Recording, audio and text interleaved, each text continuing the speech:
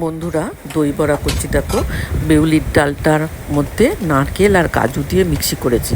আগের দিন রাত্রে ভিজিয়ে রেখেছিলাম, দিয়ে এয়ার টাইট করে রেখে দিয়েছিলাম। দিয়ে সেটাকে সকালবেলায় করছি। এবার ওর মধ্যে আর একটু কাজু কুচি আর একটু নারকেল কুচি দিয়ে এবার একটু নুন দিয়ে আমি ওটাকে বড়ার মতন করে নিচ্ছি। এই যে বড়া করছি, দেখো ফুলেছে, দেখো কত। হ্যাঁ, এবার অনেকে সেটাকে গরম জলে ভেজায়, আমি গরম জলে দিই না। এর মধ্যেই চাটনি দিলাম, এতে তেঁতুল আর গুড়ের একটা চাটনি করা থাকে আমার, দিলাম একটু দই দিলাম।